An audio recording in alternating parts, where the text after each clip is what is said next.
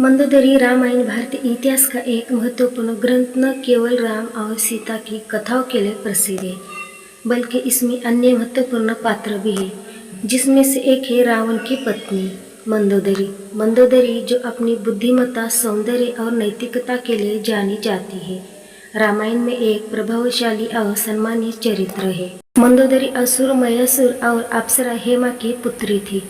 उनका विवाह लंका के राजा रावण से हुआ था, जो अपनी शक्ति और विद्वता के लिए प्रसिद्ध थे।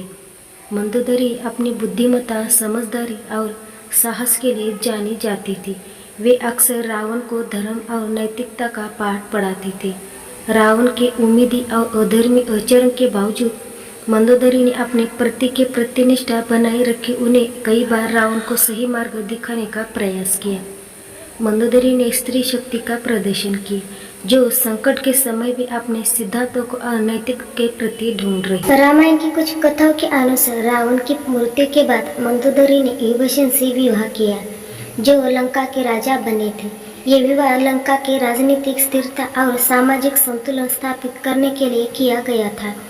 मंदोदरी का चरित्र न केवल रामायण में एक महत्वपूर्ण स्थान रखता है, बल्कि वो स्त्री शक्ति, बुद्धिमत्ता और नैतिकता की प्रेरणादायक प्रतीक है।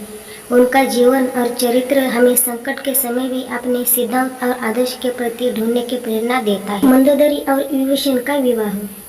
रावण की मृत्यु के बाद लंका में राजनीतिक स्थिरता बनाए रखने के लिए मंदोदरी और विभीषण की विवाह को जरूरी माना गया।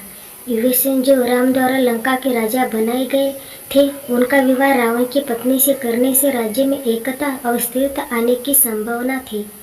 हिंदू धर्म और संस्कृति में राज्य और समाज की भलाई के लिए व्यक्तिगत हितों को पीछे छोड़ने की भावना को महत्व दिया जाता है। इसलिए मंदोदरी और विभीषण का विवाह उस समय के सामाजिक धार्मिक मानदंडों के अनुरूप था। इस विवाह को लंका के भविष्य और उनसे लोगों के कल्याण के लिए आवश्यक कदम के रूप में भी देखा गया। मंदोदरी का विभीषण से विवाह लंका के लोगों को कई नई शुरुआत और स्थिरता की ओर लेके जाने का प्रतीक